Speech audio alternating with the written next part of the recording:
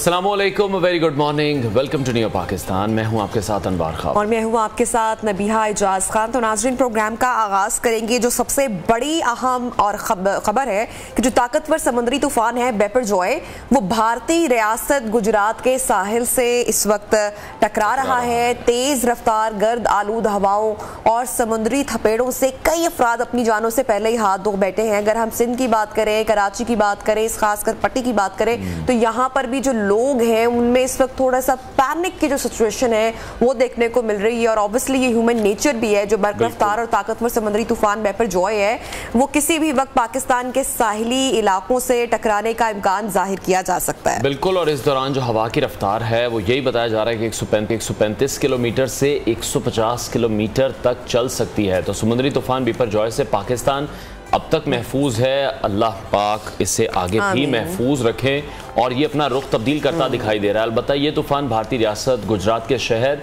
मांडवी के साहिल से टकरा चुका है और उनमें कुछ अफराद वहाँ पर वाक़या भी पेश आया जो समंदर में बह चुके हैं। और उसके बाद बहर अरब में ऊंची लहरों के साथ मूसलाधार बारिश है, तेज़ हवाएं चल रही हैं। गुजरात के साहिल इलाकों को वो घेर चुकी हैं। न्यू की स्क्रीन पर आप कुछ वीडियो मनासिर भी इस वक्त देख रहे हैं जहां दरख्त उखड़ गए हैं, कई घरों की दीवारें गिर गई हैं। जो लहरों की बुलंदी ऊंचाई बताई जा रही है, 40 से 50 फीट उनकी हाइट बताई जा रही है। तो गुजरात के जो 8 अजला हैं वो मुतासिर हुए हैं। वहाँ पर स्कूलों में तातीलात का ऐलान भी कर दिया गया है। प्रोग्राम के आगे जाकर हम इस हवाले से डिटेल में गुफ्तगू भी करेंगे। अभी टॉप स्टोरीज पर नजर डालते हैं।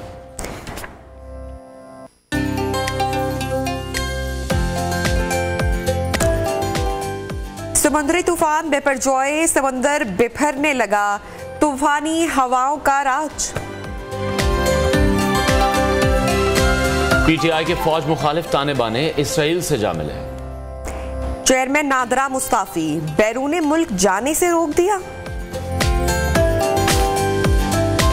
और गर्म मौसम में तरोताज़ा जिल्द, मगर कैसे, ये टॉपिक भी होगा आज प्रोग्राम का हिस्सा। लेकिन सबसे पहले हम बात करेंगे जो मुमकिना तूफान की जद में है इस वक्त पाकिस्तान और भारत की साहिली पट्टी। तो रिपोर्ट के मुताबिक कई सालों से बहर अरब के तूफानों की तादाद और शिद्दत में इजाफा हुआ है और आने वाले वक्तों में इन तूफानों की तादाद में मजीद इजाफे की पेशनगोई की गई है। और इस वक्त समुद्री तूफान बिपरजॉय की तबाही और जानी नुकसान से बचने के लिए सिविल इंतजामिया और फौज पूरी तरह से हरकत में आ चुके हैं। ठट्ठा, बदीन और सजावल समेत साहिली पट्टी से इनखला अब तेज कर दिया गया। बिल्कुल ऐसा, ये तूफान की आमद से कबल जो 90,000 अफराद हैं उनका इनखला मुकम्मल कर लिया गया है। मुकम्मल करने का जो टारगेट है, जिसके बाद जो केटी बंदर है जिसको भी काफ़ी हद तक खतरा लाहक है, ये शहर खाली करवाया जा चुका है। 99% यहाँ से लोग इनखला कर चुके हैं। बदीन की अगर बात करें, सजावल की बात करें, तो मुतासरीन यहाँ पर रिलीफ कैंपों में इस वक्त उनकी जो मुंतकली है उसका सिलसिला जारी है। कराची कैंट, बदीन और हैदराबाद से पाक फौज के दस्ते इमदादी कार्रवाइयों में हिस्सा लेने साहिली इलाकों में भेजे गए हैं, जबकि जो मेरीन सिक्योरिटी और रेंजर्स और मुंतखब नुमाइंदे हैं वो साहिली पट्टियों से लोगों को महफूज मकामात पर मुंतकिल करवाने में मसरूफ है।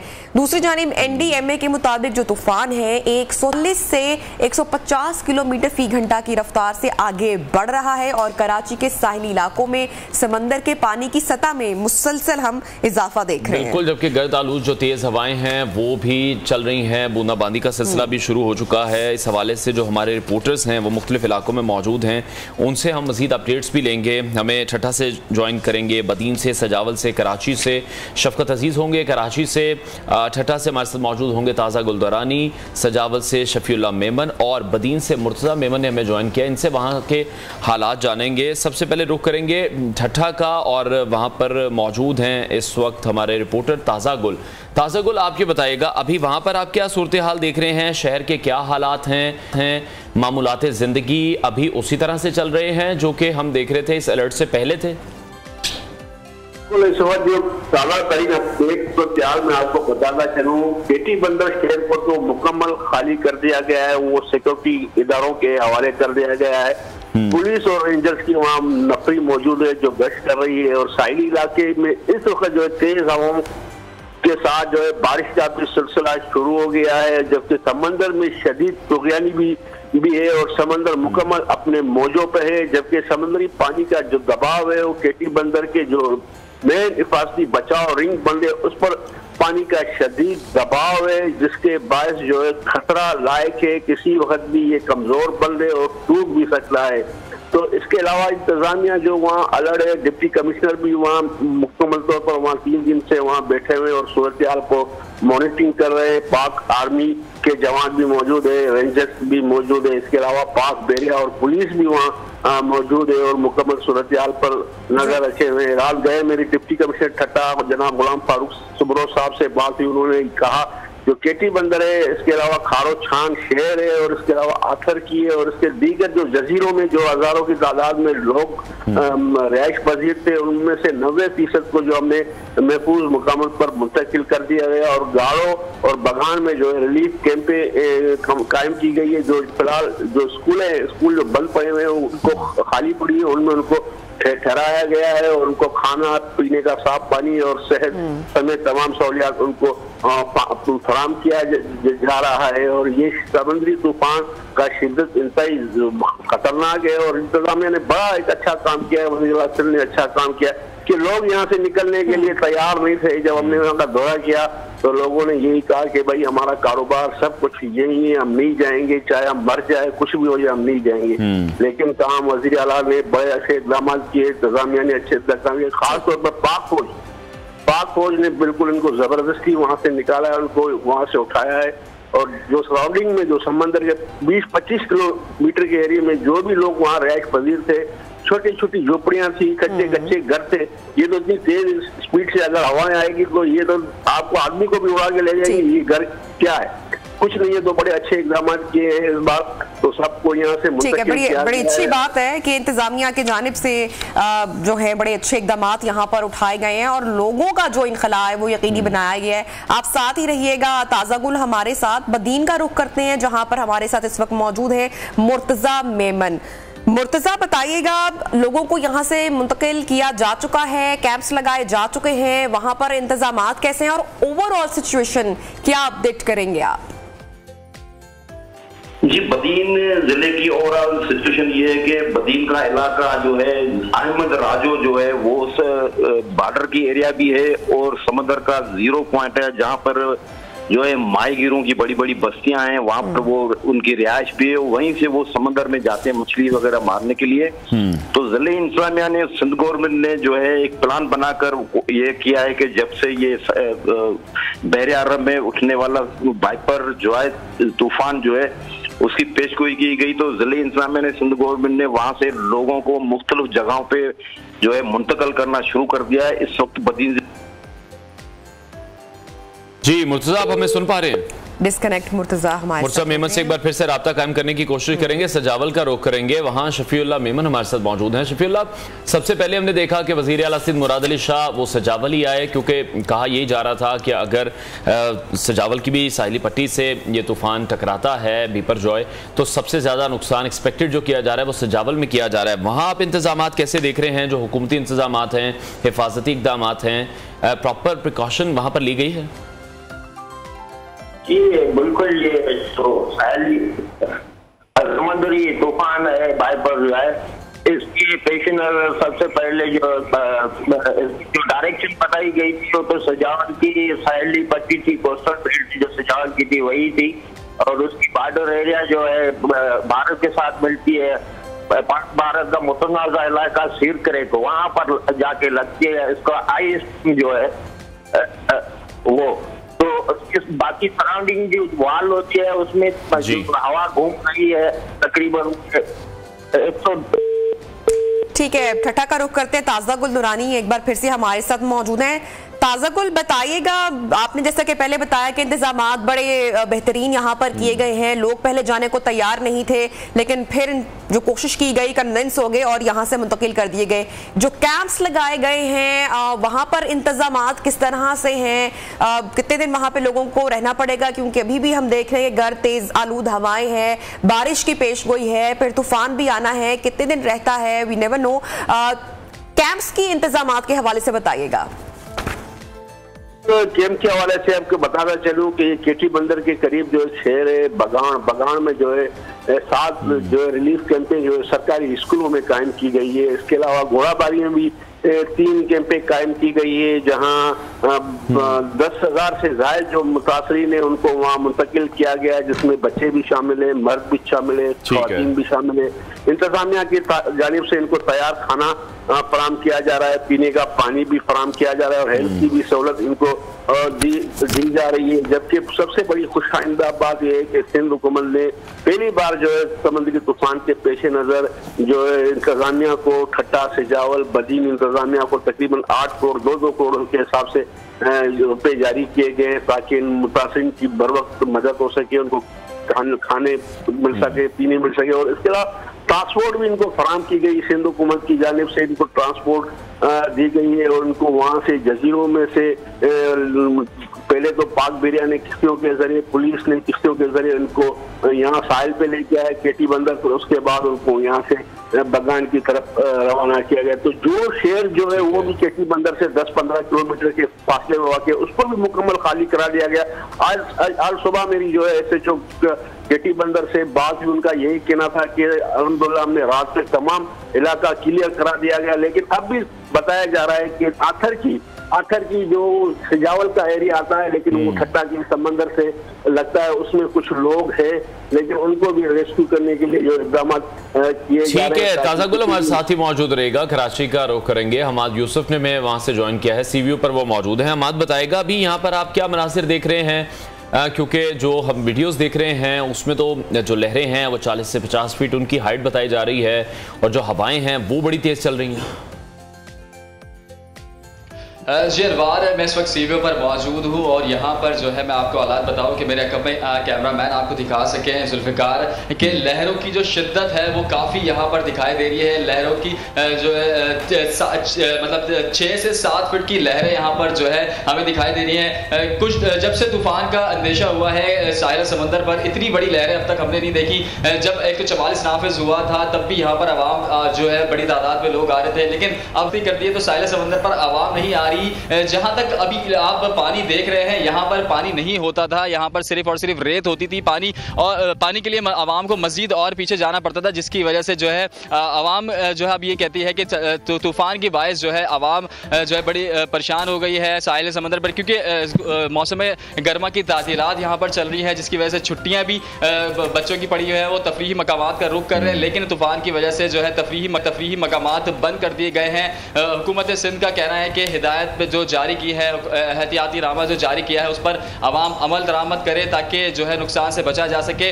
तूफान की अगर मैं बात करूँ तो इस वक्त तूफान जो है शुमाली मशरक में मौजूद है, जिसका जो जोर है वो अभी हल्का हुआ है, जिसकी वजह से कहा गया था कि 13 तारीख की रात से 14 की सुबह को जो है कराची और हैदराबाद में तेज हवाओं के साथ बारिश के इम्कानात है, जो कि अभी तक नहीं हुई, जिसका जो है वाज़े ये बयान है कि तूफान के जो है शिद्दत में कमी आई है। लेकिन आज से 14 को जो है महकमा मौसमियात ने कहा है कि 14 से जो है 16 जून तक जो है तेज हवाओं के साथ कराची में बारिश होने के इम्कानात हैं, जो कि हम आसार देख रहे हैं। कराची में जो है बारिश के आसार नजर आ रहे हैं, बादलों का राज है, हवाएं चलना शुरू हो गई हैं, लेकिन जो है अब तक कराची किसी इलाके में हमें बारिश वगैरह होती हुई दिखाई नहीं दी।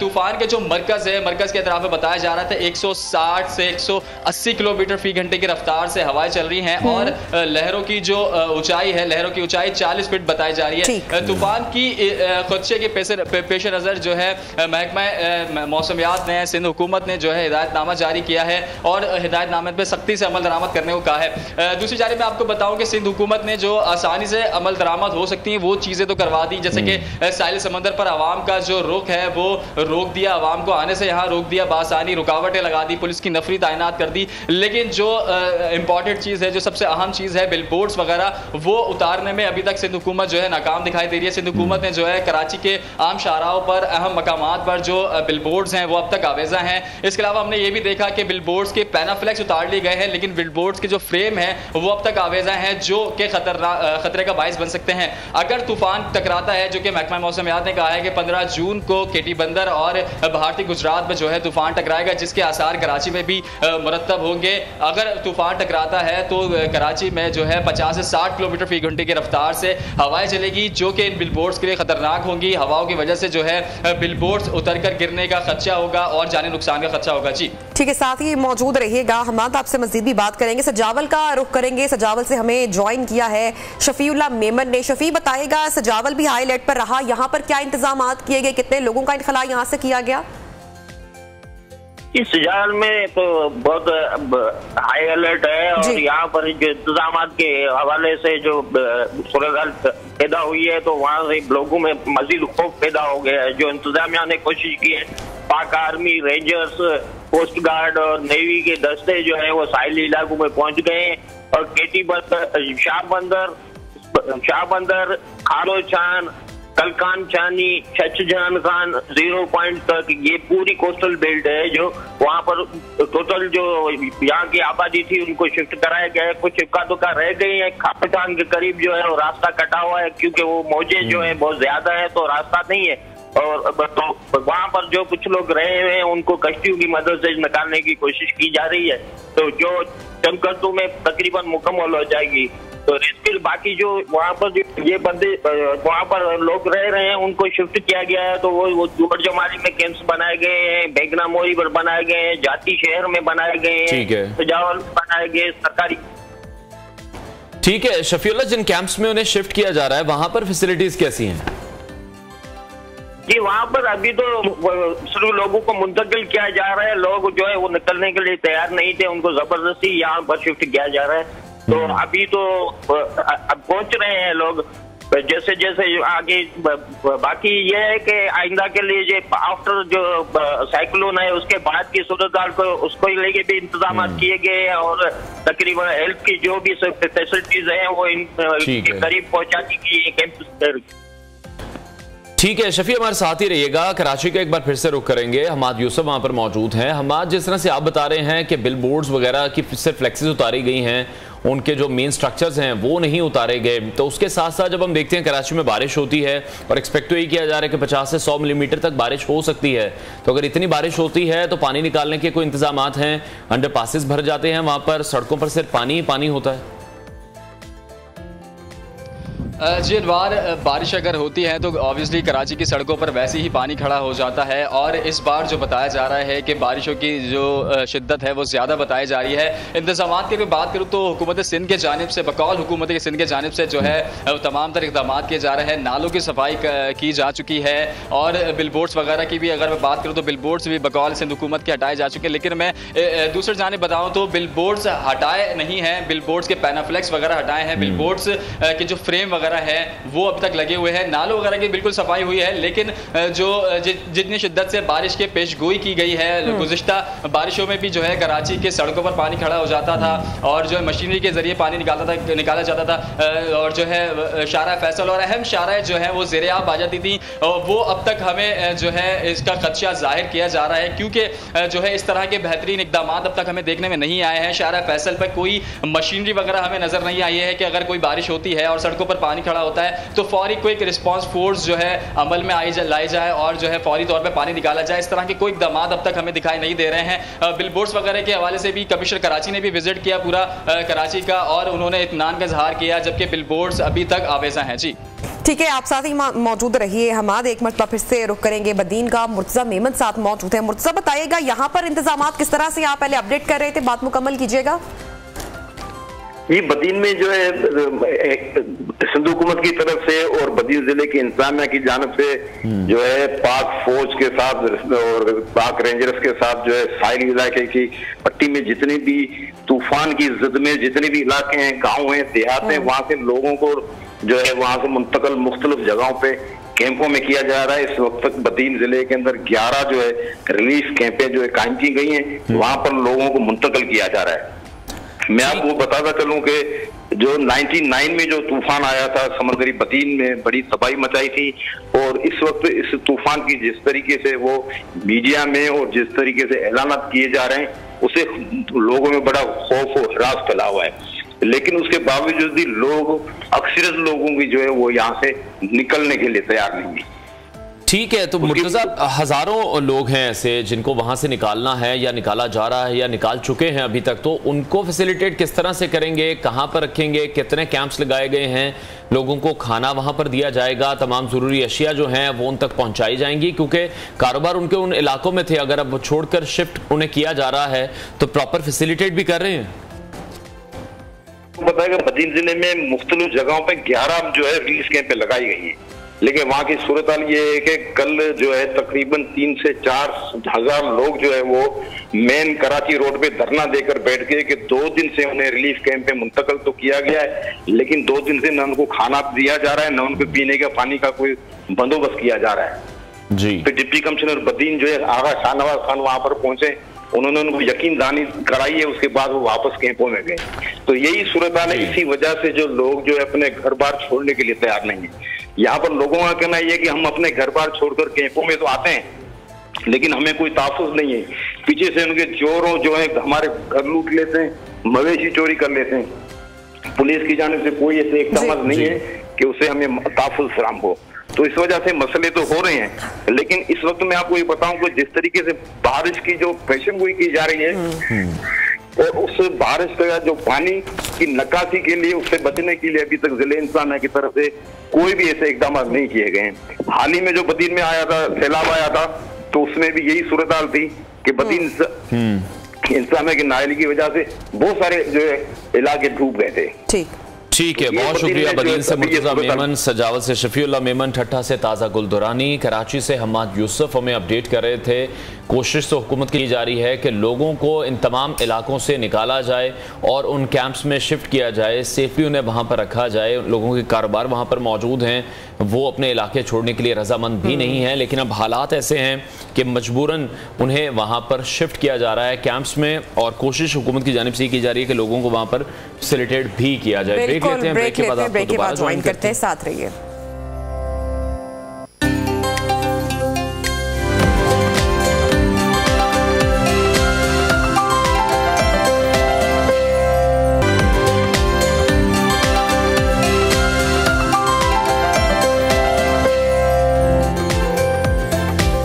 once again in Neo Pakistan. तो नाज़रीन, चूंकि समुद्री तूफान बिपरजॉय तेजी से कराची और सिंध के दीगर साहिली इलाकों की जानिब बढ़ा है और इसके लिए ज़रूरी है कि फौरी तौर पर कुछ एहतियाती तदाबीर हैं जिनको इख्तियार करना शहरियों के लिए बेहद ज़रूरी है। फॉर एग्जाम्पल, गाड़ियों में फ्यूल के जो टैंक्स हैं वो फुल करवा लें। इसके अलावा कुछ पेट्रोल घर पर भी रखा जा सकता है।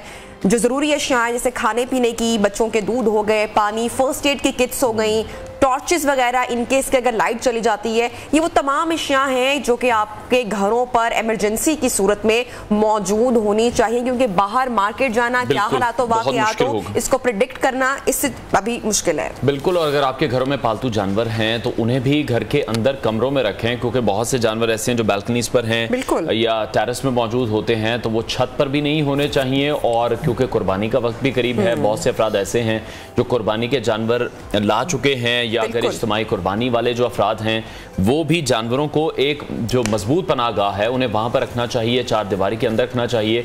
और तूफान के दौरान जो घरों की खिड़कियां हैं उनको भी किसी चटाई से या चादर से ढक दें, या फिर जो मास्किंग टेप होती है उसका इस्तेमाल किया जाए, उसको प्रॉपर तरीके से कवर किया जाए कि जो खिड़कियां हैं वो ना खुल सकें। और तूफ़ान के दौरान खिड़कियों से भी दूर रहें, बिजली के जो आलात हैं उनको मुनक़ता करें। तो ये जो तमाम प्रिकॉशंस हैं ये हम सबको ही अपनानी पड़ेंगी, ख़ासतौर पर वो इलाके जहाँ पर हाई अलर्ट जारी किया गया है, जैसे आपकी छतों पर कोई शेड्स वगैरह हैं लोहे के, दीगर आलात पड़े हुए हैं, और बहुत से लोगों के घरों के ऊपर सोलर पैनल्स लगे हुए हैं, डिश टीवी लगे हुए हैं, चूंकि बहुत ज्यादा हो सकता है यही प्रेडिक्ट किया जा रहा है। तो ऐसी कोई भी चीज मौजूद ना हो, जैसा कि हमाद हमें अब से कुछ देर पहले अपडेट कर रहे थे कि जो बिल बोर्ड्स हैं हुकूमत नाकाम दिखाई दे रही है, उनको अभी हटाने में उनके फ्रेम्स वैसे ही लगे हुए। तो इस तरह की जो चीजें हैं अगर आपके छत पर भी मौजूद हैं तो वो खुदा ना खास्ता किसी को भी नुकसान हो सकता है। Solar plates, dish TV, antenna वगैरह मजबूती से इन तमाम चीजों को बांध कर रखें।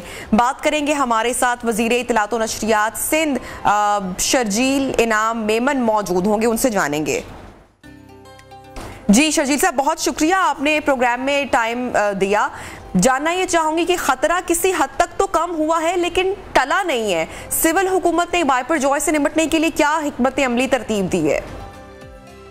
बिस्मिल्लाहिर्रहमानिर्रहीम जी, शुक्रिया जी। जैसे ही इसकी साइक्लोन की वार्निंग आई तो वजीर आला साहब ने अपनी तमाम टीम को मुतहरिक किया और तमाम कैबिनेट के मेंबर्स और एमपीएज, एमएनएज, इलेक्टेड रिप्रेजेंटेटिव जो हैं वो सब इस पूरे प्रोसेस को देख रहे हैं। पूरी ब्यूरोक्रेसी आपकी फुली एक्टिव होकर देख रही है।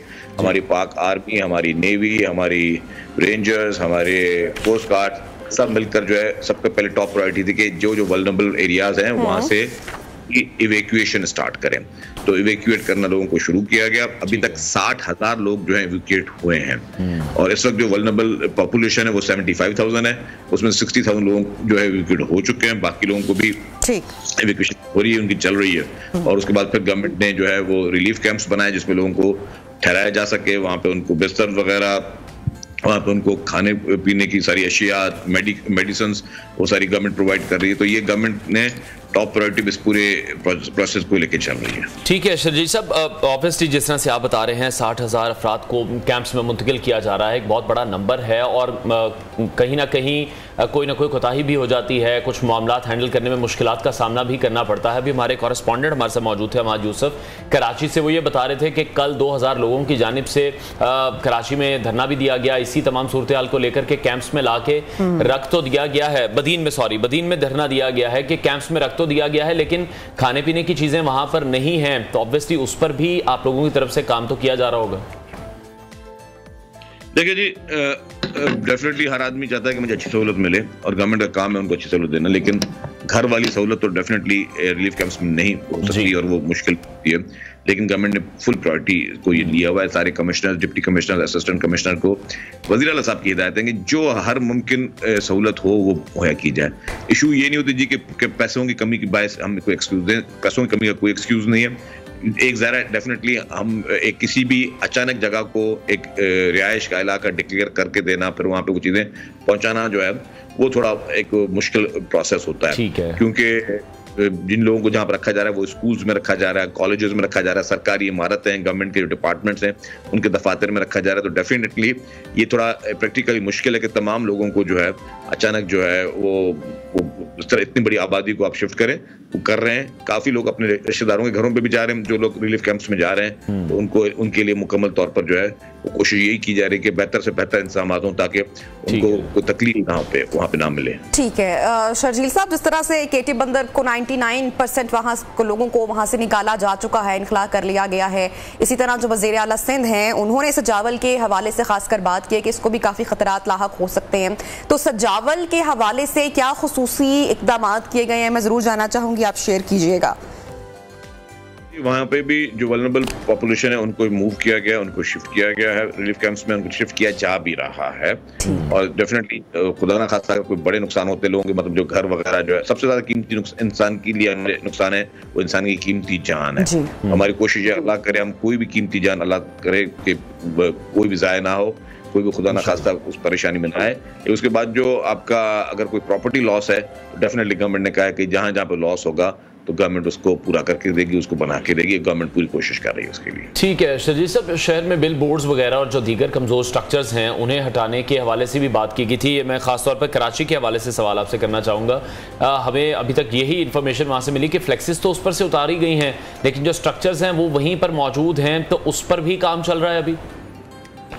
देखिए जी, क्या ये पक्के स्ट्रक्चर लोग बनाते हैं, ये प्राइवेट बिल्डिंग्स है, गवर्नमेंट की बिल्डिंग्स नहीं है, ना ही यहाँ पे जो है गवर्नमेंट को लगाती है। ये प्राइवेट जो बिल्डिंग होती है वो अपनी मेंटेनेंस वगैरह फिर उसमें से निकालते हैं इस तरीके के कमर्शियल एक्टिविटीज से। स्किन हटाई गई ताकि स्किन की जैसे वो प्रेशर ना आए।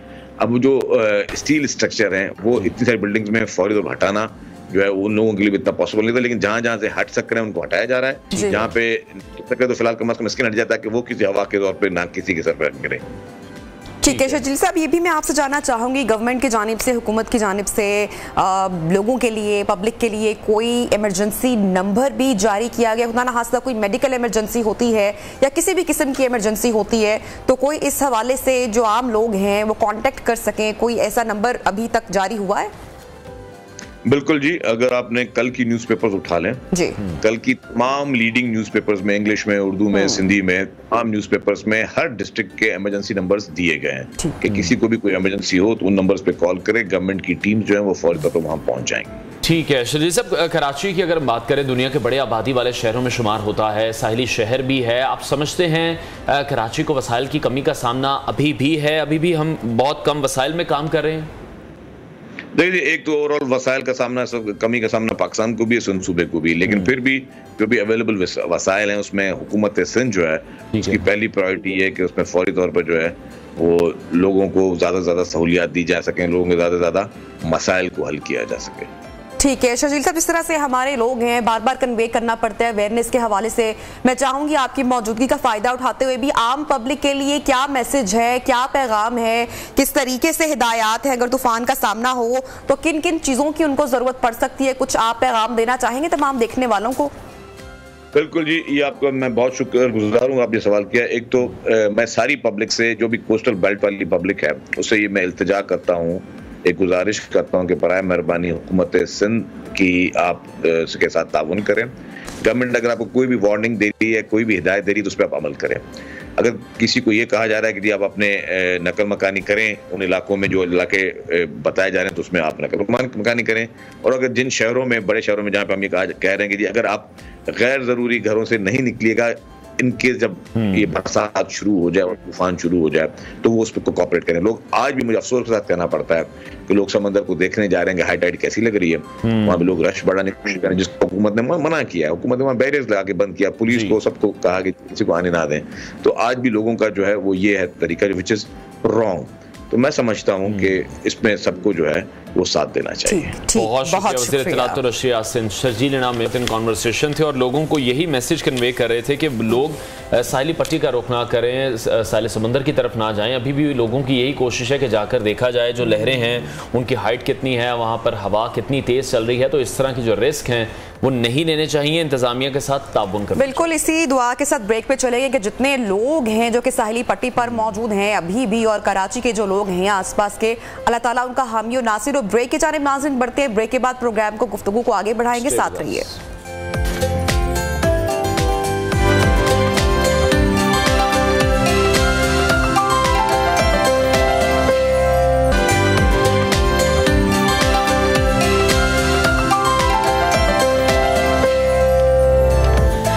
वेलकम बैक इन नेओ पाकिस्तान। तो नाज़रीन, चूँकि तूफ़ान से मुतालिक, समुद्री तूफ़ान से मुतालिक आपको वक्तन फ़वक्तन अपडेट कर रहे हैं मुसलसल, तो अभी एक बड़ी दिलचस्प आपके साथ न्यूज़ भी शेयर करूंगी, आपके लिए भी इंटरेस्टिंग होने वाला है, खासकर ये वाला सेगमेंट कि अभी हम में से किसी ने भी बेपर जॉय का नाम नहीं सुना था या रखा भी नहीं गया था जब एक इल्मुल आदात की माहिर खातून ने पाकिस्तान पर आफात आने की प्रेडिक्शन की थी, पेशगोई की थी।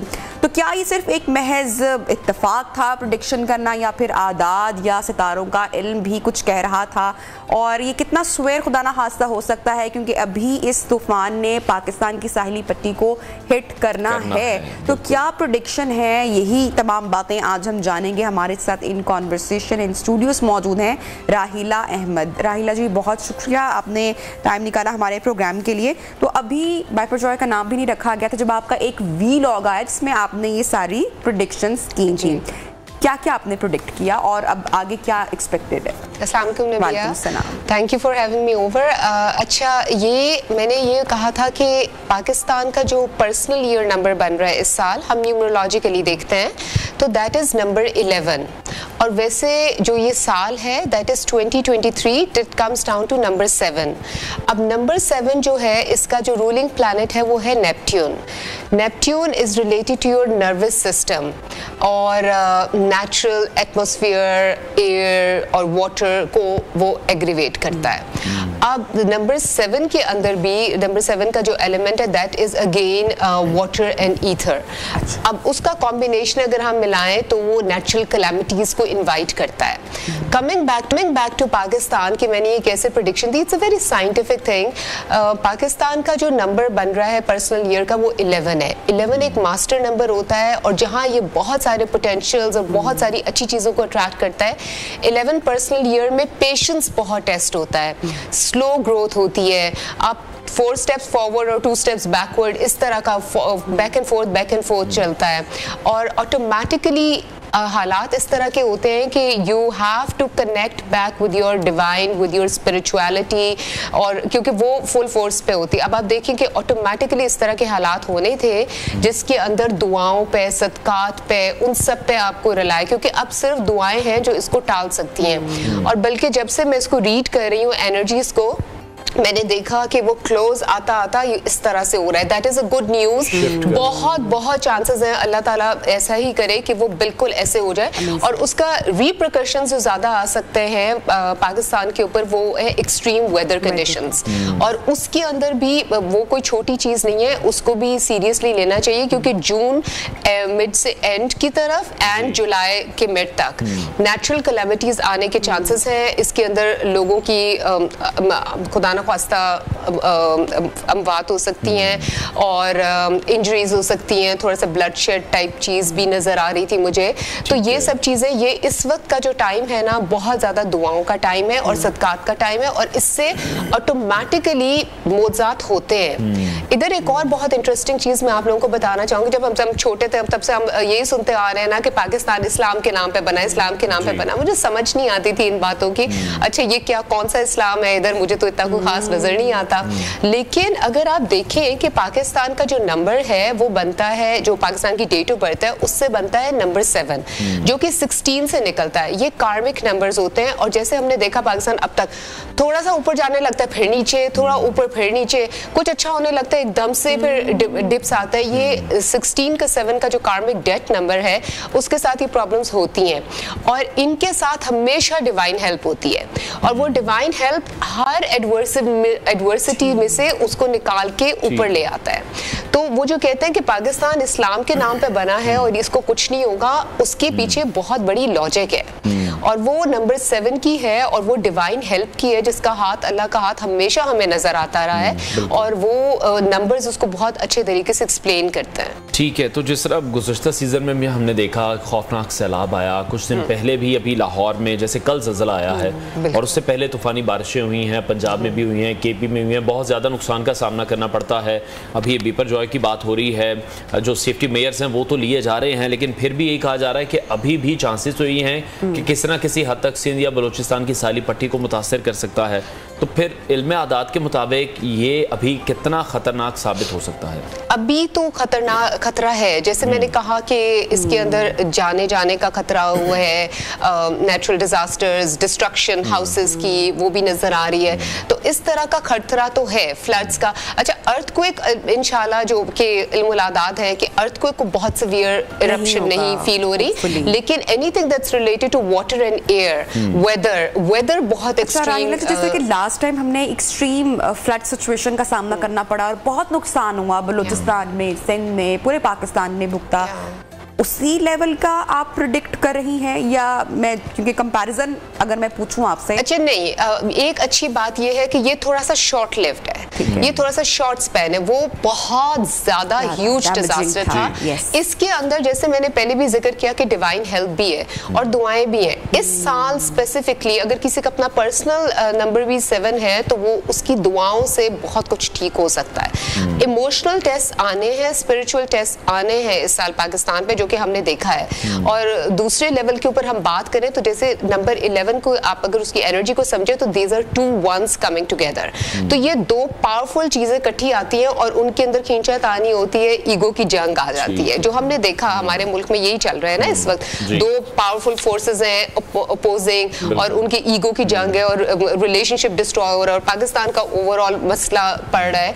लेकिन अच्छी बात यह है कि towards the end of the year इस सबसे 11 also has the power to come out of it. Time लगता है, स्लोली एंड ग्रेजुअली प्रोग्रेस होता है, लेकिन कोई ना कोई उसका सोल्यूशन निकल आता है। ठीक है, अभी जिस तरह इस साल में 6 महीने बाकी हैं, तो अभी आगे की क्या कोई प्रेडिक्शंस हैं? पाकिस्तान में क्या मजीद भी आफात आ सकती हैं? अच्छा, बिल्कुल आ सकती हैं। जुलाई मिड तक तो काफ़ी वो तो सर पे खड़ा है और वो तो डिफ़िकल्ट है।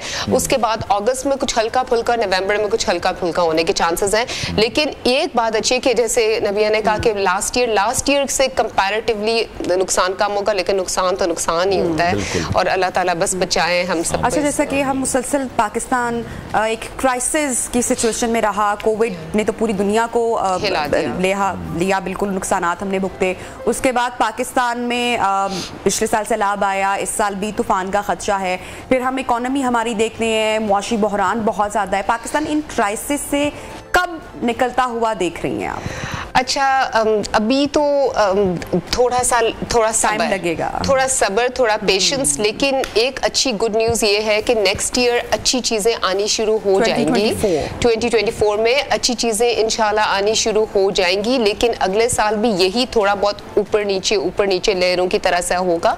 लेकिन इवेंचुअली जो एक प्रॉपर पाकिस्तान जिसका हम सब ख्वाब देखते हैं, वो 2025 में से उसकी शुरुआत अब हम देखेंगे इंशाल्लाह। और उसके बाद आगे थोड़ी सी राइज है, सक्सेस और स्मूथ सेलिंग। यस, ठीक है। और जिस तरह से हमारे बहुत से ज्यादा बड़े प्रोजेक्ट्स हैं, जिस तरह हम सी पैक का जिक्र करते हैं समटाइम, तो वो आपको क्या लगता है वो सक्सेसफुल है? क्योंकि उसके पीछे बड़ी कुव्वतें हैं, बड़ी ताकतें हैं जो उसको सबूताज करना चाहती हैं। एब्सोल्युटली, उसको सबूताज करने की बहुत कोशिश कर रहे हैं, लेकिन उसके फेवर में भी फिर आप ना भूलें कि बहुत सारी कुव्वतें और ताकतें हैं। और इस वक्त मैं बार बार अपने वीलॉग्स में भी एक डिवाइन हेल्प की बात कर रही हूँ। तो वो जो डिवाइन हेल्प है वो मुझे ये आसपास के वो वाले कंट्रीज। लास्ट सवाल, चूंकि ब्रेक पे जा रहे हैं, इंतखाबात इस साल होते हुए आप देख रही हैं, और राइजिंग स्टार किस पॉलिटिशियन का आपको लग रहा है इस वक्त? अच्छा, अगर सारे पॉलिटिशियंस के बात करें तो राइजिंग स्टार तो बीच में पीटीआई का जरा थोड़ा सा फील हो रहा है, और दोबारा उभर कर आप कह रही हैं कि थोड़ा सा एग्जैक्टली वो फील हो रहा है। और फिर उसके साथ ये बिलावल का अपने एंड पे काफी स्ट्रॉन्ग है। इलेक्शन होंगे, इलेक्शंस की काफी चांसेस हैं। बहुत मुश्किल है, उसके अंदर बहुत हर्डल्स और रुकावटें हैं, लेकिन अगर हुए तो एंड ऑफ द पीटीआई के हवाले से बड़ी ब्रेकिंग न्यूज जो है राहिला जी ने हमारे साथ शेयर की है कि राइजिंग स्टार जो है वो पीटीआई का दिखाई दे रहा है। बहरहाल तो आने वाला वक्त बताएगा। ब्रेक लेते हैं नाज़रीन, ब्रेक के बाद आपको दोबारा ज्वाइन करेंगे।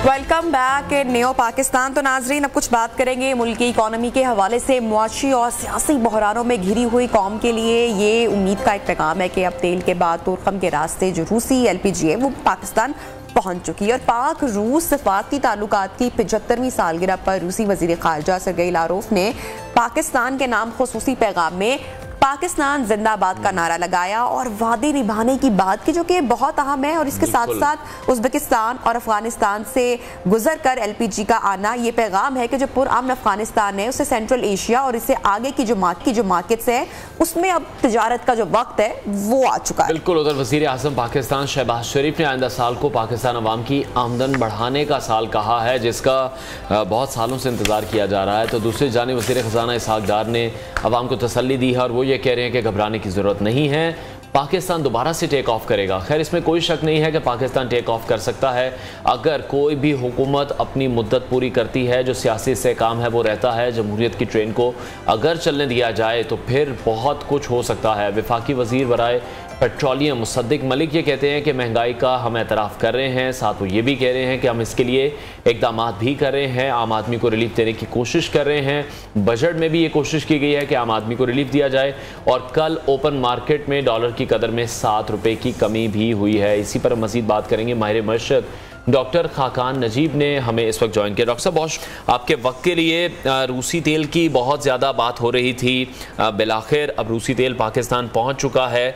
किस तरह से देख रहे हैं इस तमाम तर मामले को? LPG भी आ गई है और जिस रास्ते से आई है उसका भी जिक्र किया जा रहा है, साथ ही साथ जो पेमेंट की गई है वो चाइनीज़ करेंसी युआन में की गई है। बिस्मिल्लाहिर्रहमानिर्रहीम। एनर्जी नीड्स पाकिस्तान की मेरे ख्याल 27-28 अरब डॉलर की सब जो हैं वो इंटरनेशनल हमें बाइंग करना पड़ती है। हमें हर सूरत में इनको चीपर फॉर्म्स में और लोकल अगर किसी ट्रांसपोर्टेशन की मद में भी उनसे हम ले सकें क्लोजर एरिया से, और फिर पूरे एनर्जी मिक्स को तब्दील करके इंडिजिनस यानी कि एयर, हाइडल और सन को यूज़ करते हुए पाकिस्तान की जो इंडिजिनस एनर्जी है उस पे जाना है। ये है हमारा रोड मैप। उसमें एक अच्छी चीज़ है, रूस से आप जानते हैं कि हमारा जो हमसाया मुल्क है इंडिया, वो बहुत बड़े मिकदार में वहाँ से वो चीज़ ले रहा है। मेरे ख्याल है इसमें 20 से 25% की कमी, दो कमर्शियल टर्म्स जो हैं वो पब्लिक नहीं है, बट तकरीबन इतना जो फ़र्क है जो इनपुट प्राइस है उसमें जो इनपुट रशियन ऑयल की होगा। ये एक अच्छा कदम है। रूस के पास तेल है, एरिया से आ रहा है, क्लोजर है, so all in all you know a good thing. कीमतों में तब्दील होना जो है आई थिंक उसमें अभी टाइम लगेगा, और उसकी वजह यह है कि ऑब्वियसली एक बड़ा छोटा मिक्स जो है अभी आया है, तो it will take a long time for that to build into a considerable, जिसे आप कहेंगे, इनपुट हो तेल की, पाकिस्तान के तेल के ओवरऑल मिक्स में। और ये रिफाइनरीज में आप याद रखिए हम अरब लाइट यूज़ करते हैं, ये एक हिस्सा बनेगा उसका, इसको मिक्स करके हमारी रिफाइनरीज जो हैं उसको इस्तेमाल करेंगी। But all in all a good step. थोड़ा सा वक्त लगा है बट हुकूमत ने अच्छा काम किया है। ठीक है डॉक्टर साहब, ये भी आपसे जानना चाहेंगे दूसरा कि जो एलपीजी का सेंट्रल एशिया और अफगानिस्तान से गुजर कर आना है, पुराने तिजारती रूट की बहाली की निशानदेही के तौर पर हम इसको देख सकते हैं, तो हमारे मुल्क के लिए ये कितना फ़ायदेमंद साबित होगा?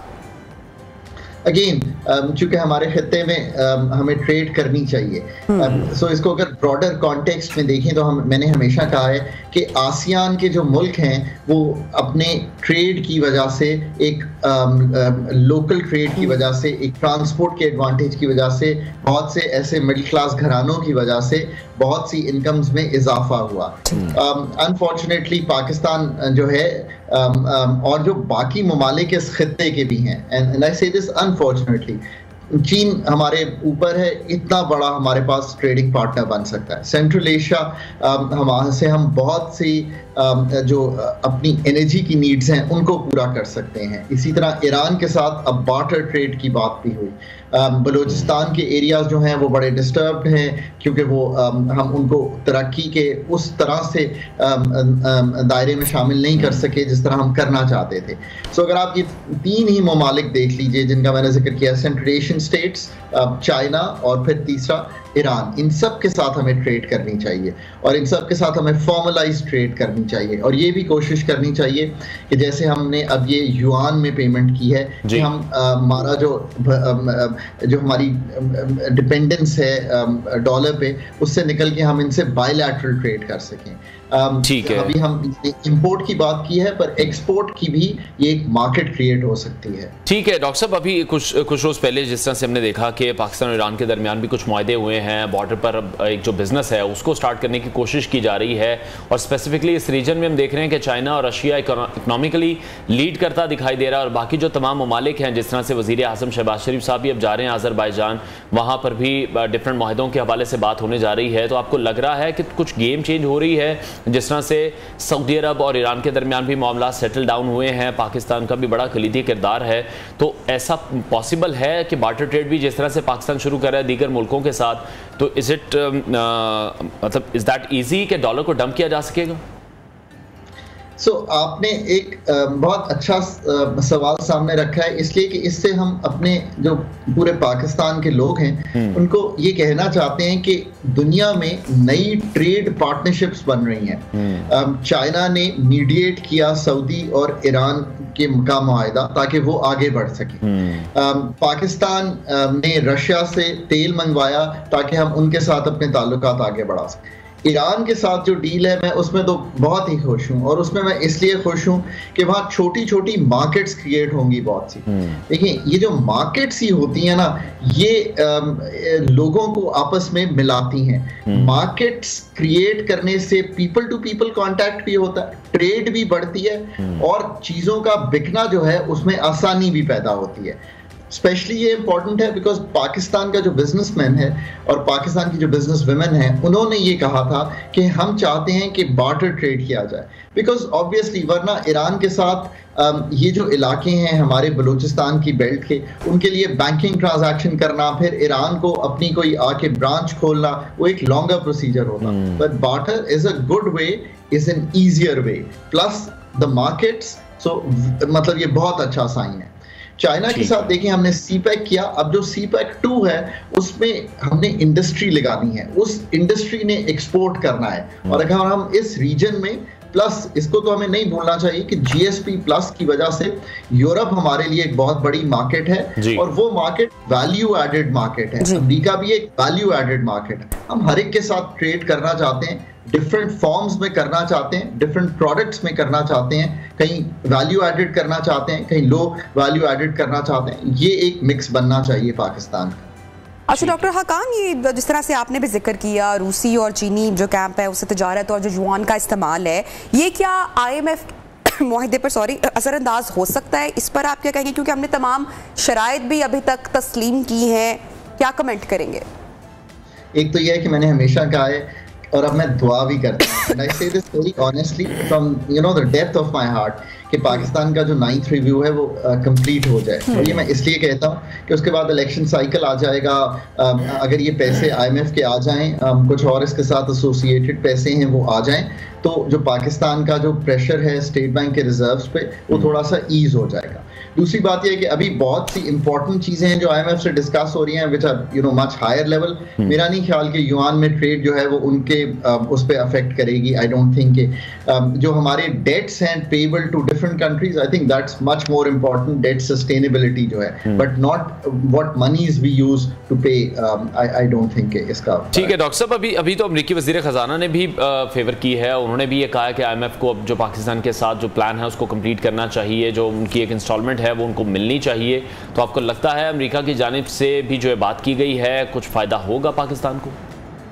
देखिए, आई थिंक हुकूमत ने कोशिश तो अब जिसको आप कहते हैं लास्ट डिच एफर्ट वो की है। प्राइम मिनिस्टर ने बात भी की है IMF की MD से। आई नो कि इस वक्त टेक्निकल लेवल पे भी गुफ्तगू हो रही है IMF से। इट्स जस्ट कि टाइम बहुत कम रह गया है। हम आज 14 जून को बात कर रहे हैं, 30 जून को ये प्रोग्राम खत्म होता है। अगर एक्सटेंशन नहीं होती तो it is a tough call, but there is still little glimmer of hope के हो जाए एंड हमारे लिए बहुत ये सूदमंद साबित होगा अगर हम 9th रिव्यू कंप्लीट कर लेते हैं तो। ठीक है। और जो फॉरेन एक्सचेंज कंपनीज की जानिब से हुकूमत को डॉलर एमनेस्टी स्कीम लाने की तजवीज़ दी गई है, उससे आपको लग रहा है कि डॉलर की किल्लत दूर हो सकती है? ये फार्मूला काम कर सकता है?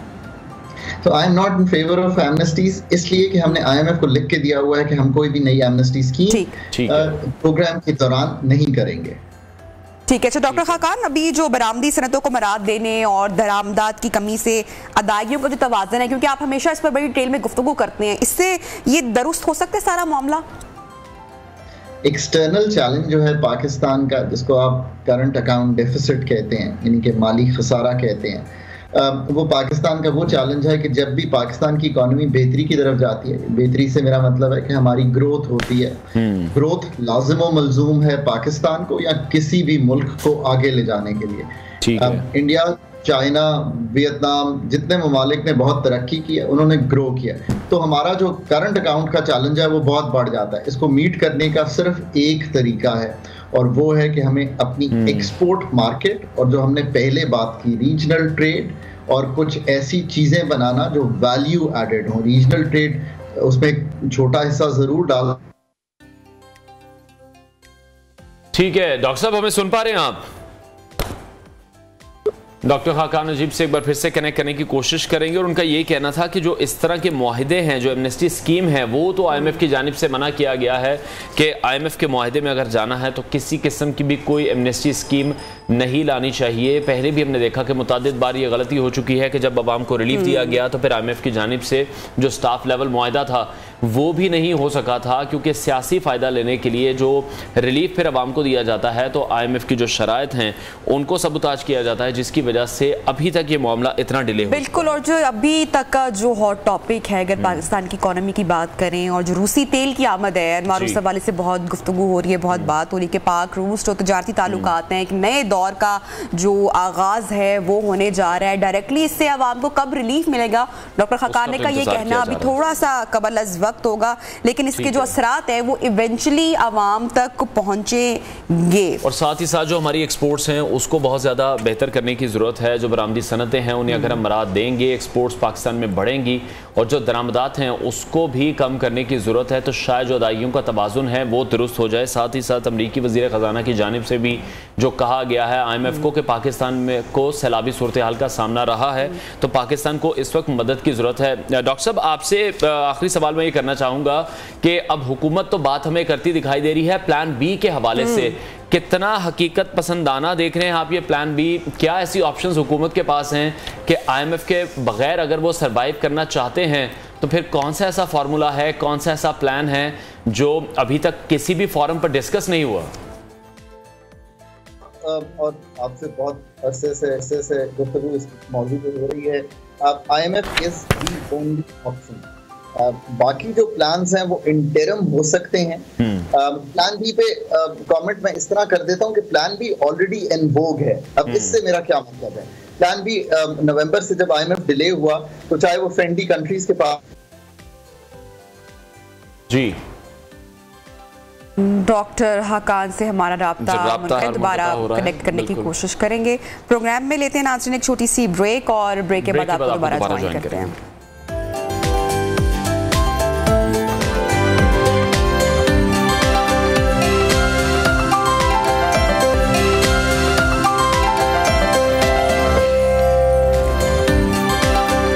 वेलकम बैक नाज़रीन। सरेंडर 9 मई को दिफाई तनसीबात और निजी अमलाक पर हमलों, आतिशज़नी और तोड़फोड़ के शर्मनाक वाक़यात की मज़म्मती करारदाद की मंजूरी देते हुए ये मुतालबा किया है कि इन वाक़यात के मुजरिमों, मनसूबा साजों, सहूलतकारों और जो भी तमाम लोग इसमें मुलव्वस थे, उकसाने वाले थे, उनको कानून के कटहरे में लाया जाए। और ऐवान ज़ेरी ने भी सानिया 9 मई के ज़िम्मेदारान को मिलिट्री एक्ट के तहत सज़ाएँ देने की हिमायत की है।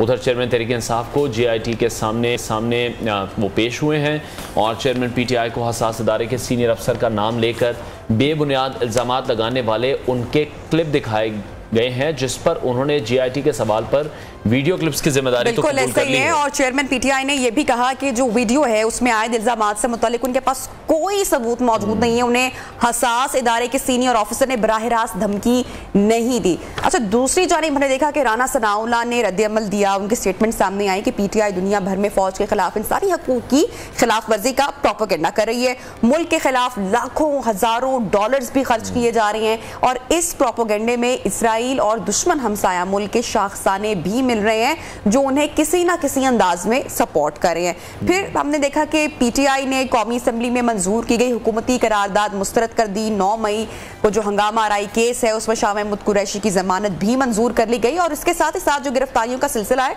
वो ताहाल भी जारी है। बिल्कुल, साबिक सूबाई वजीर अली अफजल शाही को गिरफ्तार किया गया और इसके अलावा PTI के उस इल्ज़ामात की तस्दीक नहीं हो सकी कि जेलों में जो मर्द और ख़वातीन वर्कर्स पर तशद्दुद किया जा रहा है।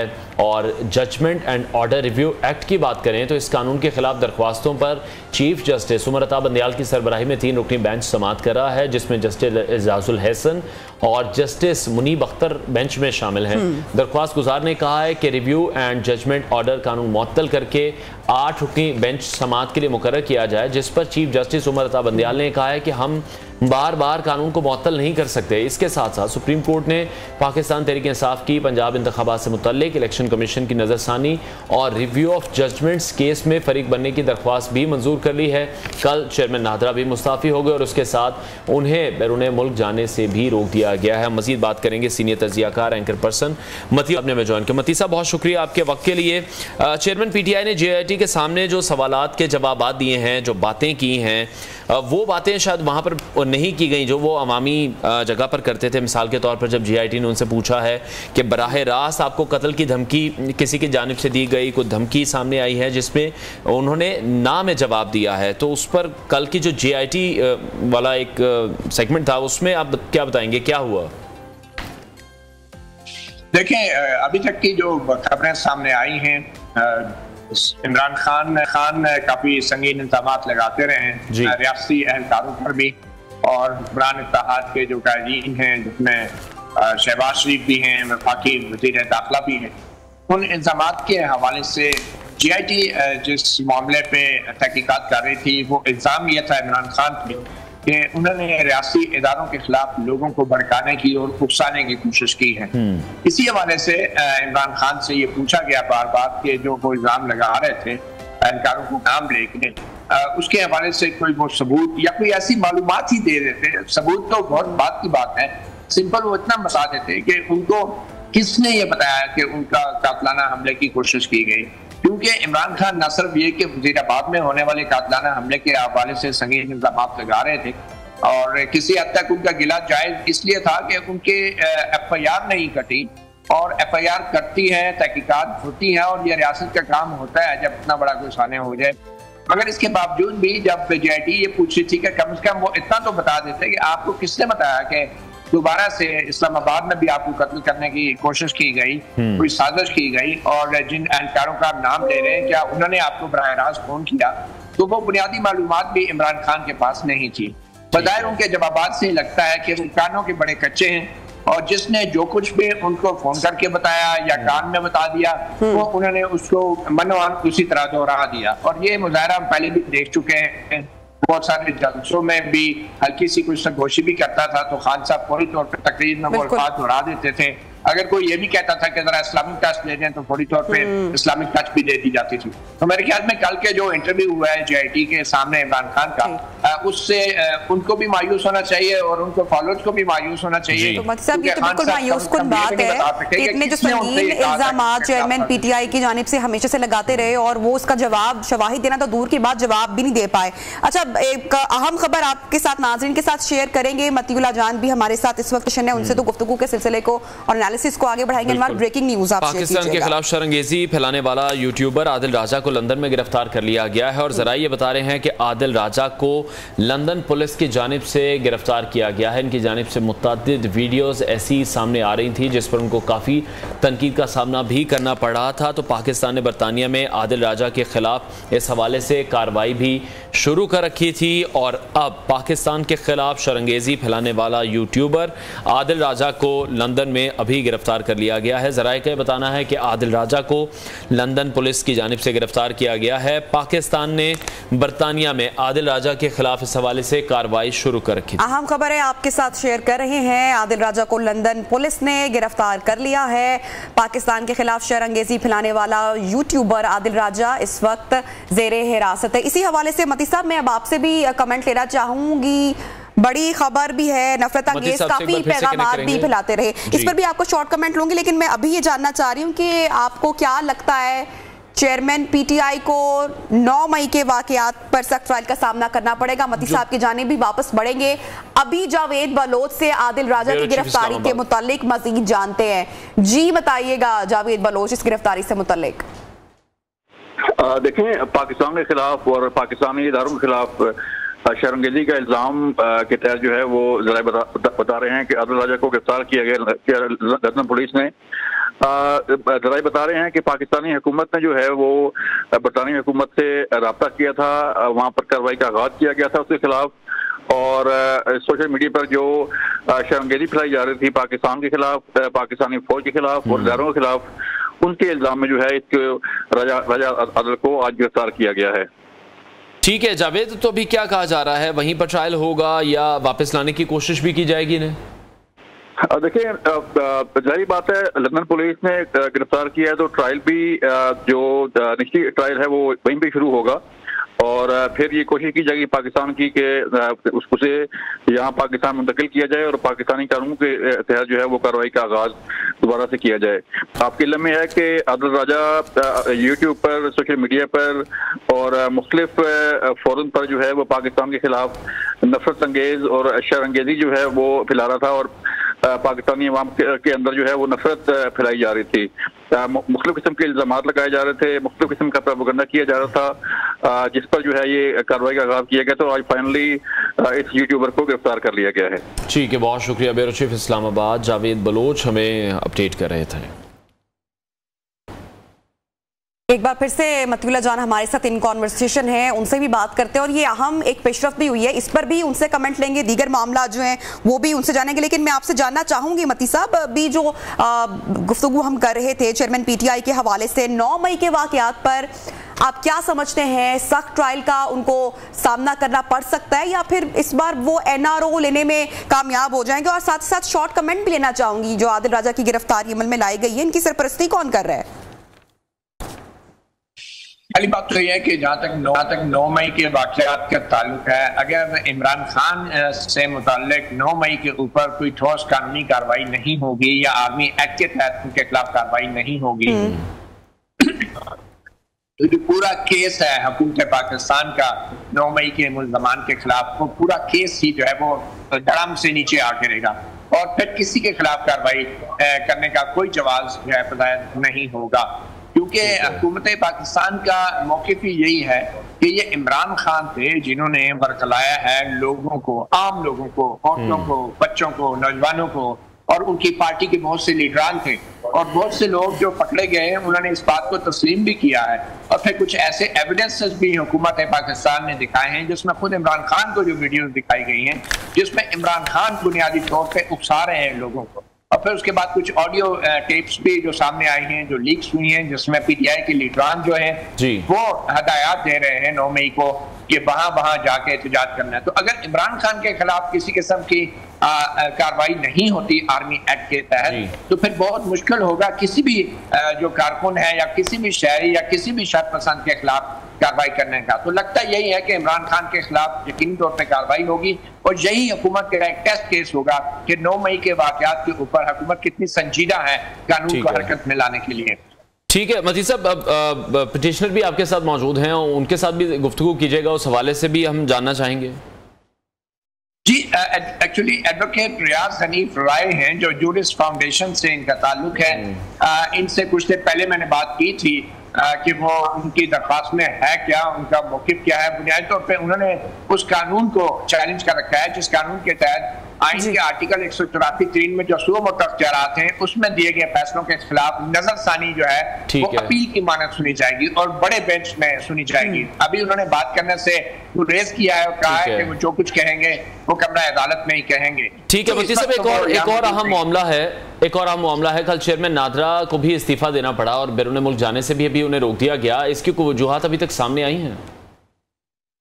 देखिए, चेयरमैन नादरा जो है वो बड़े ही एक प्रोफेशनल और फॉरेन क्वालिफाइड एक ऑफिसर थे और तवील अरसे उन्होंने जो है खिदमत अंजाम दी हैं। नून लीग की हुकूमत के साथ भी कुछ अर्सा रहे हैं और अब उन्होंने जो इस्तीफा दिया है तो लगता ये है कि शायद जो नादरा का डाटाबेस है वो नादरा का डाटाबेस के हवाले से ये कुछ शक व शुबात शायद ऐसे थे हुक्मरान जमात को, हुक्मरान इत्तेहाद को, कि उन्होंने बड़ा अहम रोल प्ले किया है। जो इमरान खान की पीटीआई की हुकूमत थी उसको सोशल मीडिया के ऊपर प्रमोट करने में, और कुछ इस तरह के शकूक व शुबात हैं जिनको शायद हुकूमत उनकी तहकीकात करके दूर करना चाह रही है।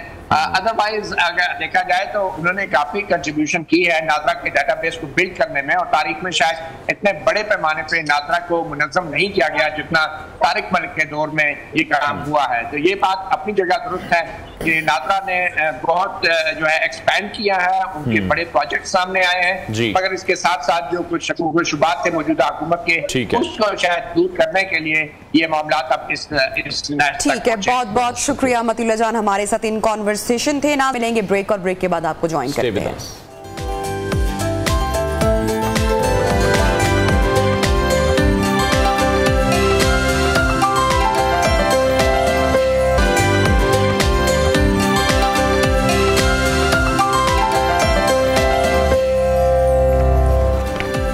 वेलकम बैक इन नियो पाकिस्तान। तो नाज़रीन, कुछ स्किन की बात करेंगे, आपकी हेल्थ की बात करेंगे, ब्यूटी की बात करेंगे इस सेगमेंट में। लास्ट सेगमेंट है प्रोग्राम का। तो मौसम गर्मा है, धूप की तपिश होती है, ना सिर्फ जल्द को झुलसाती है बल्कि हमारी रंगत को भी मुतासर करती है, जिसकी वजह से चेहरे की जो शादाबी है, जो रौनक है वो खत्म हो जाती है, स्किन डल हो जाती है, पिगमेंटेशन हो जाती है। फिर धूप के सबब अक्सर पाँव पर चप्पल या सैंडल के भी निशान बन जाते हैं। गर्दन और चेहरे का जो रंग है वो फर्क हो जाता है, जो कि देखने में अक्सर काफी बुरा लगता है। सूरज की शुआएं भी हैं, जो रेस हैं उनकी वजह से भी जो जिल्द की बारीक रगें हैं वो टूट फूट का शिकार होती हैं, जिससे जो आपकी स्किन है बेजान हो जाती है, बेरौनक होती है। इसलिए मौसम गर्मा में भी जो जिल्द की हिफाजत है वो बहुत ज़्यादा ज़रूरी है। डॉक्टर कमल जवाद, माहिर अमराज़ जिल्द, उन्होंने हमें स्टूडियोज़ में ज्वाइन किया है। उनसे इस हवाले से मज़ीद जानने की कोशिश की और ये देखेंगे कि इस तरह से गर्मी में जो हमारी स्किन है उसको हम हाइड्रेट भी रखें, तरोताज़ा रखें। डॉक्टर साहब बहुत शुक्रिया आपके वक्त के लिए। गर्मियों में कौन से ऐसे स्टेप्स हैं जो लिए जाएँ जिसमें चेहरे को ख़ास तौर पर लोगों की जो कोशिश है सारा फोकस होता है वो तो सिर्फ चेहरे पर ही होता है। जिस तरह से हमने बात की कि चप्पल या सैंडल के निशान पड़ जाते हैं पाँव पे, उस पर तो ध्यान नहीं दिया जाता। तो एटलीस्ट जो चेहरा है उसको किस तरह से बचाया जाए? एक्चुअली जब समर आता है तो हमें ये कोशिश करनी चाहिए कि जितना हो सके अपने आप को प्रोटेक्शन दें। फिजिकल प्रोटेक्शन भी ज़रूरी है उसमें, और आप टॉपिकल प्रोटेक्शन भी दे सकते हैं। फिजिकल प्रोटेक्शन से मेरा मुराद है कि मतलब ऐसे कि वो आपकी पूरी बॉडी को कवर करे। चेहरा डेफिनेटली लोग कंसर्न ज़्यादा अपने फेस के साथ होते हैं बिकॉज आपका जो अपीरेंटली जो आपकी चीज़ होती है वो सबसे पहले आपका फेस इंट्रोड्यूस होता है। सो ना सिर्फ चेहरे को बल्कि ओवरऑल जितनी ज़्यादा गर्मी है ओवरऑल बॉडी को आपको हीट से प्रिवेंट रखना होता है। उसके लिए फिजिकल हमारे पास जो ऐसी सन ब्लॉक्स हैं, फिजिकल सन ब्लॉक्स में अम्ब्रेला आ जाती है, सन ग्लासेस आ जाते हैं। आप किसी भी चीज़ से अपने आप को कवर करके चल सकते हैं, लाइक डायरेक्टली कभी भी सनलाइट को फेस ना करें। और अगर आप टॉपिकल सन ब्लॉक्स की बात करेंगे तो मेडिकेटेड बहुत सारे ऐसे सन ब्लॉक मौजूद हैं जो कि समर के लिहाज से बहुत बेहतर होते हैं, जो ना सिर्फ आपके चेहरे को बल्कि आपके जो भी एक्सपोज पार्ट्स हैं, जैसे इतना हाथ हमारा मोस्टली एक्सपोज होता है, हमारे जो पाँव हैं वो एक्सपोज होते हैं, तो इन पे भी आप सन ब्लॉक लगा सकते हैं। इवन दो जिनको सेंसिटिविटी होती है सनलाइट से या स्किन की कोई भी सेंसिटिविटी हो, वो भी अपने हर एक्सपोज पार्ट पे सन ब्लॉक लगा सकते हैं, बिकॉज सन ब्लॉक से ही हमें इमीडिएट प्रोटेक्शन मिल सकती है। अच्छा डॉक्टर साहब, देखा है अक्सर खवातीन मेकअप ब्रांड्स पर बहुत ज़्यादा स्पेंड करती हैं, बहुत महंगे महंगे मेकअप प्रोडक्ट्स रखती हैं, और मैंने पर्सनली ऑब्जर्व किया है कि सन ब्लॉक जिस तरह से आप जिक्र कर रही हैं, सन ब्लॉक यूज़ नहीं किया जाता। रीसेंट टाइम्स में सन ब्लॉक के हवाले से बहुत बात हो रही कि अपने आप को प्रोटेक्ट करें, अपनी स्किन को। और मेरे ख्याल से गालिबन आपसे भी बात हुई थी लास्ट टाइम कि जो घरेलू खवातीन हैं जिनका सन एक्सपोजर इतना नहीं भी है, तब भी सन ब्लॉक का इस्तेमाल हमें लाजमी है या ज़रूरी है, क्यों और कैसे? देखिए, सन ब्लॉक जो है वो हर एक के लिए कंपल्सरी है। इट्स नॉट नेसेसरी कि आप घर से बाहर जा रहे हैं, आप वर्किंग हैं, या फिर आपने सूरज के सामने, सन ब्लॉक का एक्चुअली मीनिंग ये नहीं है कि आपने सन के सामने जाना है तो ही लगाना है, नहीं। अगर आप चूल्हे के सामने जा रहे हैं तो भी आपने सन ब्लॉक लगाना है। अगर आप अपने घर में रहते हुए, लाइक हमारे घर में समटाइम ऐसी विंडोज होती हैं जिनमें शीशे लगे होते हैं, राइट, सो वो शीशों से जो सनलाइट क्रॉस होकर आपके घर में एंटर हो रही है वो ज़्यादा डेंजरस होती है एज कम्पेयर्ड कि आप डायरेक्टली सन एक्सपोजर में जाएं। अगर आप अपनी गाड़ी में बैठे हैं और विंड स्क्रीन, हम कहते हैं ना कि हम तो घर से निकले, गाड़ी में बैठे, गाड़ी से हम ऑफिस में आ गए, सो वो जो गाड़ी है, गाड़ी की जो विंड स्क्रीन है, उससे जो सन रेजेस आ रही हैं वो आपके लिए ज़्यादा नुकसानदायक साबित हो सकती हैं। फिर आप अपने ऑफिस पहुंच गए, लोग ये कहते हैं कि हम सारा दिन ऑफिस में बैठे रहे, हमें तो सन ब्लॉक की ज़रूरत ही नहीं है, हम तो जाते हैं शाम में बाहर निकलते हैं। सो वो जो कंप्यूटर, लैपटॉप या किसी भी किस्म की स्क्रीन को आप फेस करते हैं, सो वो रेजेस हैं, वो सब आपके लिए उतनी ही हार्मफुल हैं जितनी डायरेक्टली सनलाइट हार्मफुल होती है। दूसरा ये कि जो बच्चे हैं लाइक 6 ईयर्स से अबव, सारे बच्चों को मैं एडवाइस करती हूँ कि वो सन ब्लॉक लगा के घर से बाहर निकलें, बिकॉज आप देखते हैं जब बच्चे स्कूल जाते हैं इस वेदर में तो उनका कलर बिल्कुल, और अम्माएं आजकल बहुत ज़्यादा कॉन्शियस हैं, पहले शायद हमारी अम्माओं को तो पता भी नहीं होता था, और आजकल माएँ बहुत कॉन्शियस हैं कि मेरा बच्चा स्कूल, लाइक मैं खुद भी बड़ी कॉन्शियस हूँ, मुझे फील होता है लिटरली कि बच्चे जब स्कूल जाते हैं तो उनके कलर में वाज़ा डिफरेंस आ जाता है।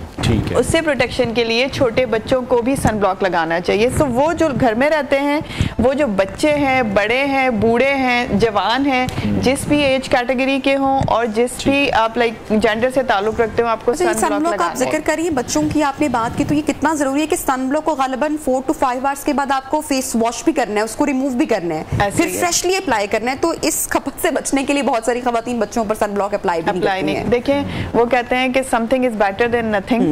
आप कुछ लगा के तो भेजें, एटलीस्ट कम से कम कुछ तो कवर देगा, वो उसको ब्रेक तक का तो कवर देगा। अगर आपका बच्चा इतना नॉन है, वो जानता है, आपकी बात को फॉलो कर लेगा, तो आप उसे बताएं कि बेटा ब्रेक में आपने जस्ट ठंडे पानी से मुंह धोना है, ये मैंने आपके बैग में रख दिया, एक छोटी सी ट्यूब है, जस्ट आपने इसको फेस पे अप्लाई कर लेना है, दैट्स इट। सो आप, बिकॉज सन ब्लॉक का मैक्सिमम जो टाइम पीरियड होता है वो 3 to 4 आवर्स होता है। इससे ज्यादा कोई भी सन ब्लॉक, चाहे वो कितना ही पोटेंट क्यों ना हो, चाहे वो 100 SPF का क्यों ना हो, वो इससे ज्यादा वर्क नहीं करता। ठीक है। अच्छा, जिस तरह से हम स्किन की अब बात कर रहे हैं, हमारी कोशिश यही है, जैसे आप सन ब्लॉक का जिक्र कर रही हैं, डिफरेंट क्रीम्स हैं जो लोग अप्लाई करते हैं, कुछ वाइटनिंग क्रीम्स यूज करते हैं अपनी स्किन को बेहतर रखने के लिए, या डिफरेंट फेशियल्स कराते हैं जैसे हाइड्रा फेशियल है, साथ ही साथ फ्रूट्स हैं, जूसेस हैं, जो वाटर इंटेक इनटेक है वो कितना ज़्यादा ज़रूरी है, क्योंकि बहुत से लोगों को मैंने देखा है कि वो सिर्फ क्रीम्स पर या उनका फोकस है या कुछ लोगों का फोकस सिर्फ जूसेस पर है, तो दोनों का बैलेंस होना कितना ज़रूरी है? देखिए, सबसे जो टॉप प्रायोरिटी होनी चाहिए ना, हम अपनी टॉप प्रायोरिटी पे मैं हमेशा कहती हूँ कि जो आपका मेन फैक्टर होना चाहिए इनटेक में वो वाटर, वाटर एंड वाटर। जितना प्लेन वाटर आपके लिए बेनिफिशियल होगा, आपकी स्किन के लिए, आपकी हेल्थ के लिए, बाकी कोई चीज़ उसका कंपटीशन में नहीं आ सकती।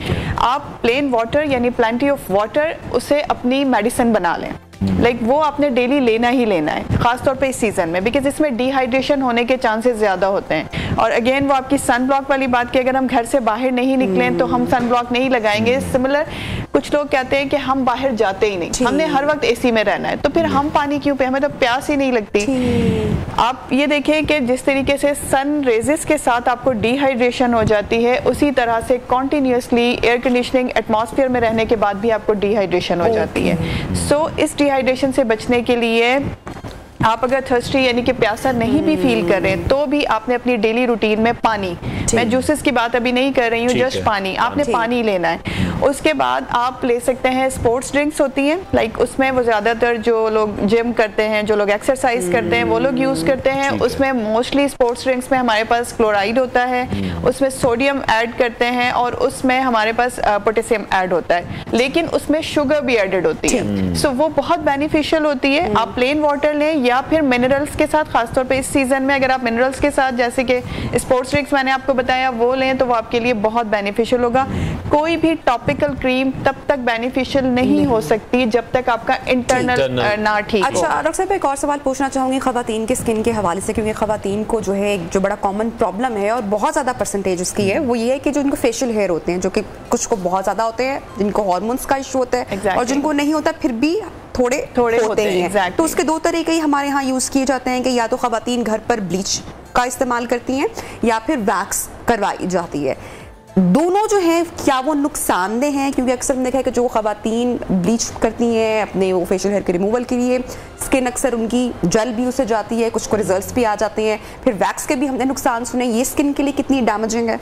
दोनों ही डैमेजिंग है। दोनों डैमेजिंग, दोनों। आप स्किन को ब्लीच करें या आप स्किन वैक्सिंग की तरफ जाएं, दोनों ही। देखिए, स्किन ब्लीच जो है कोई भी डॉक्टर कंसल्टेंट आपको कभी भी एडवाइस नहीं करेगा कि आप स्किन ब्लीच। सेफ वे कौन सा है? चलिए तो डैमेजिंग हो गया। देखिए अगेन वो फिर लोग कहते हैं कि ये लोग महंगे चीजों की तरफ आते हैं, बट हमने डेफिनेटली वो बताना है जो सबसे सेफेस्ट है। सो लेजर हेयर रिमूवल सेफेस्ट है। आपने केमिकल्स की तरफ भी नहीं जाना और आपने वैक्स की तरफ भी नहीं जाना, बिकॉज वैक्स भी एट द एंड आपकी स्किन को ना सिर्फ खराब करती है, आपके पोर्स ओपन करती है, बल्कि आपकी स्किन को वो झुर्रियां और लटकने वाली जो प्रॉब्लम है ये सब वैक्स के बाद आती हैं। बट वो लोगों को बहुत देर में रियलाइज होता है जब टाइम गुजर चुका होता है। सो ये दोनों ही सेफेस्ट नहीं है। मैं दोनों को ही मैं आप लोगों के चैनल के थ्रू स्ट्रांगली कहना चाहती हूँ कि आप ब्लीच करके ये मत सोचें कि हमने अपने बालों को वक्ती तौर पे गोल्डन कर लिया है, हमारी लुक बहुत अच्छी आ रही है, हम गोरे गोरे लग रहे हैं। Like skin and beauty is not about the Gora Gora.